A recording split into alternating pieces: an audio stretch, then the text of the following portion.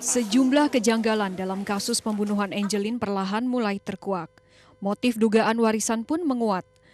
Pendamping Hukum Pusat Pelayanan Terpadu Pemberdayaan Perempuan dan Anak atau P2T P2A Siti Sapurah menuding motif pembunuhan Angelin diduga karena kecemburuan terhadap Angelin yang masuk dalam surat wasiat mendiang suami Margaret, ibu angkat Angelin.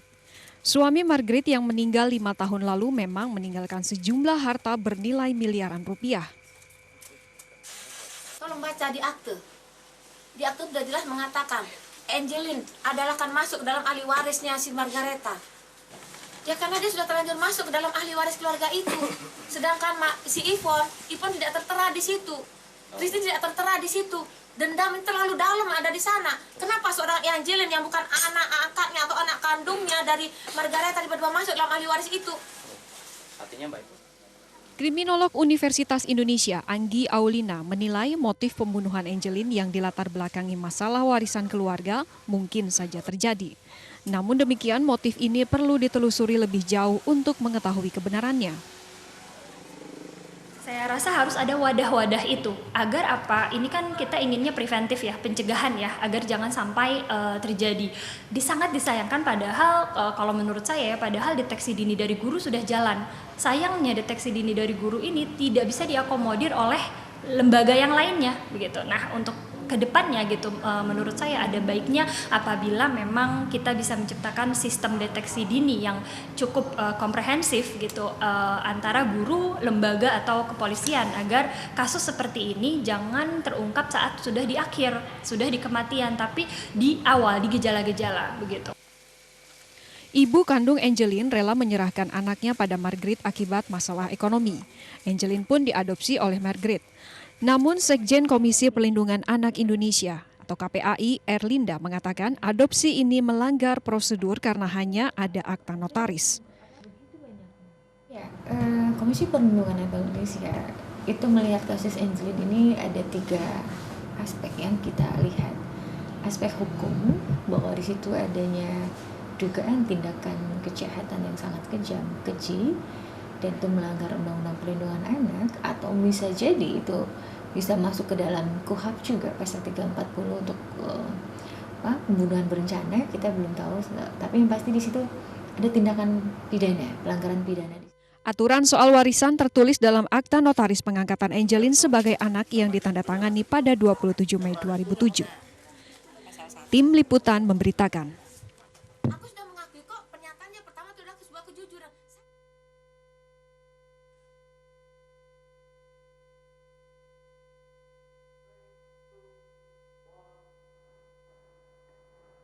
Selalu sedih kalau mengenang apa yang disebarluaskan Join Us for the Search of Angelin, dan ternyata berakhir dengan sesuatu yang sama sekali tidak pernah kita harapkan. Tadi kita sudah memperlihatkan bagaimana tayangan soal dugaan warisan yang menguat. Mari kita melihat apa yang kami persiapkan. Jadi sekali lagi soal warisan ini menguat karena disebutkan bahwa Angelin akan mendapatkan warisan 40% dan ibu angkatnya 20%. Tapi kalau Angelin meninggal, maka yang 40%-nya itu akan dikumpulkan, ditotalkan menjadi 60%. Ini adalah versi dari juru bicara keluarga kandung Angelin. Tadi kan disinggung oleh Mbak Siti Sapurah juga bahwa sama sekali tidak disebutkan untuk 2 anak, I dan C, anak dari M. Uangnya besar, 19,5 miliar rupiah, dan 2 bidang rumah semi permanen. Jadi memang angka ini tidak berlebihan juga kalau orang mengait-ngaitkannya dengan isu warisan.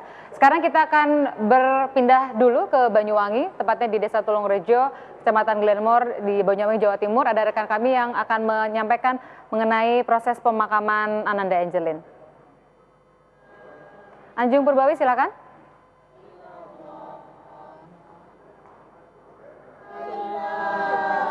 Iya, Tina, dapat kami laporkan saat ini saya berada di tempat pemakaman umum Desa Tulungrejo, Kecamatan Glenmore. Dan saat ini pemirsa, sudah terlihat keranda dari jenazah Angelin yang mulai memasuki tempat pemakaman umum ini pemirsa, dan diikuti ribuan warga yang nampak prihatin dengan kasus yang dialami oleh Angelin, gadis berumur 8 tahun yang menjadi korban pembunuhan di Denpasar, Bali ini pemirsa. Seluruh warga menyambut kedatangan jenazah Angelin dengan iringan sholawat pemirsa, sehingga ini menjadi ungkapan bagi warga bahwa mereka tidak ingin lagi muncul Angelin lain yang mengalami kasus serupa. Jenazah Angelin ini pemirsa datang di rumah duka pada pukul 7 malam tadi dan kemudian sempat disolatkan di musola terdekat yang tidak jauh dari rumah duka. Kedatangan jenazah Angelin sempat diterima dengan isak tangis keluarga dan warga yang telah bersiap menunggu kedatangannya di rumah duka, dan hingga di tempat pemakaman umum ini masih banyak ribuan warga yang mengantarkan jenazah Angelin masuk ke tempat pemakaman umum ini. Dan di belakang saya pemirsa, ini adalah tempat pemakaman dari jenazah Angelin, dan terlihat banyak juga rekan media yang mencoba mengambil gambar dari pemakaman jenazah Angelin ini. Dan terlihat juga ada tenda biru yang mencoba untuk dari sore tadi yang telah dipasang oleh pihak keluarga, sehingga lokasi dari tempat pemakaman umum ini sudah disiapkan dari pihak keluarga sejak sore hari tadi pemirsa. Dan hingga saat ini masih terus berdatangan warga sekitar. Mereka berdatangan dari berbagai daerah. Mereka sangat kecewa terhadap kasus yang diterima atau yang dialami oleh Angelin, dan mereka berharap hal seperti ini tidak akan terjadi kembali pemirsa. Kembali ke studio, Tina. Bisa menggambarkan, kalau tadi Anda sampaikan ribuan orang di sana, kemudian sudahkah Anda lebih dulu melihat orang tua kandung dari Angelin? Baik, kami sudah mengupayakan untuk bertanya lebih jauh kepada rekan kami di Banyuwangi, tepatnya di Desa Tulungrejo, Kecamatan Glenmore. Sungguh gambar yang memilukan. Kita selama berminggu-minggu melihat foto Angelin di sosial media, di media cetak, media elektronik, berharap bahwa anak ini kembali dengan selamat atau setidak-tidaknya masih hidup. Tetapi kenyataan yang kita ketahui adalah Angelin ditemukan tewas tanggal 10 Juni, dan tentu ini pelajaran berharga bagi kita semua, tapi kita pun nggak bisa diam hanya menganggap pelajaran, tapi kita pun harus memberikan pelajaran bagi yang melakukannya. Pak Asep, tadi saya sempat singgung ke Bapak soal bagaimana jika ternyata 1, 2 atau ternyata lebih dari tersangka ini ada yang mengidap gangguan jiwa. Sementara kita masih punya persepsi bahwa kalau orang punya kelainan jiwa itu maka akan terbebas dari jerat pidana. Ya.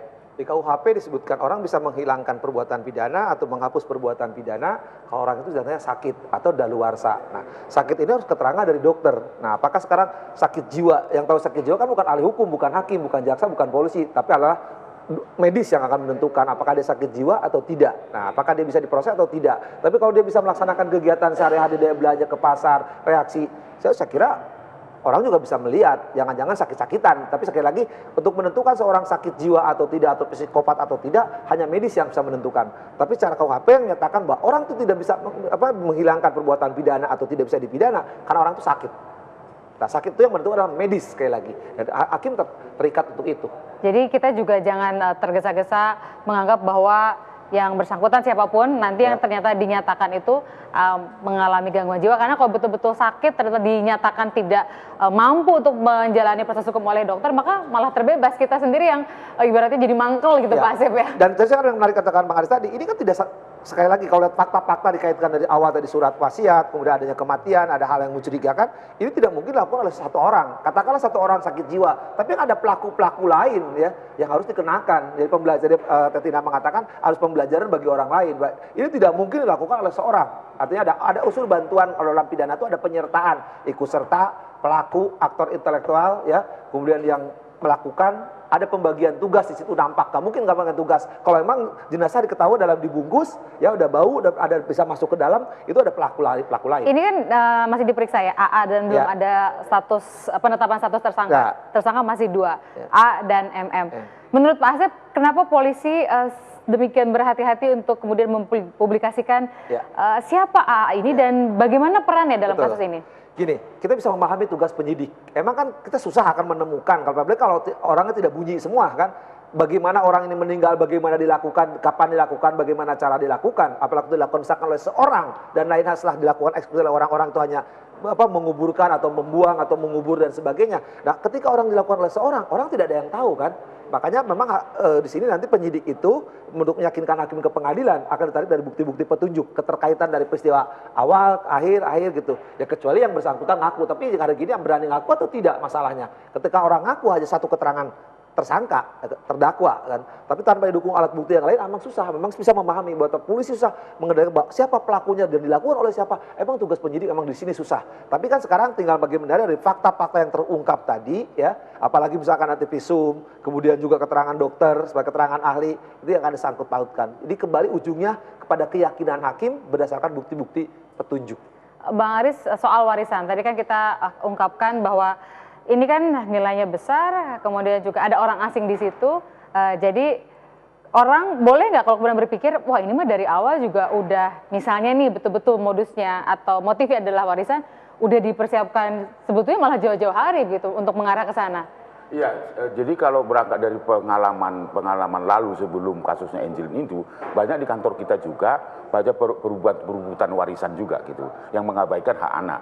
Tapi memang belum ada kasus seperti kasus Angelin sampai menghilangkan nyawa orang lain gitu. Nah, tetapi ada juga asuransi dan sebagainya. Kalau saya kaitkan dengan akta notaris yang ada pada pengangkatan anak itu jelas-jelas kok disebut itu ya, bahwa pihak kedua ini akan mendapatkan warisan kalau si Angel ini meninggal dunia, jatuhnya ke dia gitu loh. Nah kalau dia grafis tadi, itu berarti ini kan perlu pendalaman ini, karena dia diangkat mempunyai hak waris dan warisan. Tetapi klausul yang berikutnya, apabila Angel ini meninggal dunia, maka hak warisnya itu jatuh kepada pihak kedua, dalam hal ini Ibu Mage. Nah ini kan patut dikembangkan, dicurigai, bukan dicurigai, tapi ini sebagai bahan penyidikan saya kira wajar saja kan. Tapi tadi menarik, Bang Aris bilang bahwa bukan kali pertama ibaratnya Bang Aris menemui kasus ada urusan perebutan harta warisan dan ada anak di dalamnya terlibat. Jadi sebetulnya dalam pengalaman Komnas PA juga ada catatan-catatan seperti ini, yang modusnya atau motifnya warisan. Betul, ada 45 kasus di tahun 2014. Ya ada yang asuransi ya, artinya berdasarkan itu artinya mengabaikan hak anak, akhirnya jadi rebutan anak dan sebagainya. Ada juga karena warisan tadi. Gitu. Jadi itu peristiwa yang sebelumnya. Tetapi memang di 2014 dari 45 kasus itu baru Angel ini tahun 2015 yang meninggal dunia. Kasus itu harus dikaitkan gini, modus adopsi, modus warisan, kemudian modus perkawinan, itu ada keterkaitan. Cuman memang yang menarik sekarang itu karena ada orang meninggal. Biasanya kan tidak meninggal, anak ini biasanya disuruh pergi atau dihilangkan, tapi tanpa atau penelantaran lah bahasa sederhananya. Ketika mati ini memang menjadi masalah. Catatan yang anak yang secantik itu 8 tahun kalau hanya sekedar karena dia bandel, misalnya begitu kan, nakal dan sebagainya, tidak harus itu. Siapa sih harus menghilangkan ini, dikembalikan aja kepada orang tuanya. Tetapi ada sesuatu di situ, mengapa harus hilang itu? Hilang itu bukan karena dia umur 8 tahun, tidak. Tetapi harus kata-kata itu. Dan hilang di lingkungan orang terdekat dan di rumah orang tidak bisa masuk. Kata-kata jadi itu. Kita memang terus bersabar menunggu proses penyidikan berkembang dari kepolisian, tapi tentu juga sekali lagi pelajaran berharga untuk kita semua untuk lebih melihat sekitar kita dan menempatkan anak dalam porsi yang sebagaimana mestinya. Kalau saya ya? dikasih setengah menit saja, saya kira dari kasus Angelin ini, jangan ini kasusnya jadi tontonan. Tetapi bagaimana ini menjadi momentum gerakan nasional perlindungan anak yang masif, agresif, dan berkesinambungan. Dan nggak perlu impres lagi dan lain-lain ya. Sudah banyak, makanya jadi kita udah nggak perlu lagi impres, undang-undang, gerakan kejadian nasional. Bahwa anak Indonesia itu membutuhkan semua orang bagaimana kita memutus mata rantai kejahatan terhadap anak itu. Gunung es hanya muncul satu, masih banyak perkara-perkara ini harus diungkap. Dan catatan pentingnya adalah ternyata sekali lagi pelaku kejahatan pada anak atau predatornya itu sebagian besar adalah orang terdekat. Mengerikan. Saya merinding melihat prosesi pemakaman tadi Angelin dalam proses pemakaman, dan kita berharap sekali lagi prosesnya bisa membuat kita semua terbuka matanya dan pelaku bisa mendapatkan perlakuan yang setimpal atas perbuatannya. Terima kasih Pak Asep, terima kasih Bang Aris. Selanjutnya kita bicara soal hal lain yang juga penting untuk negara kita, soal persepak bolaan, terutama pasca jatuhnya sanksi FIFA.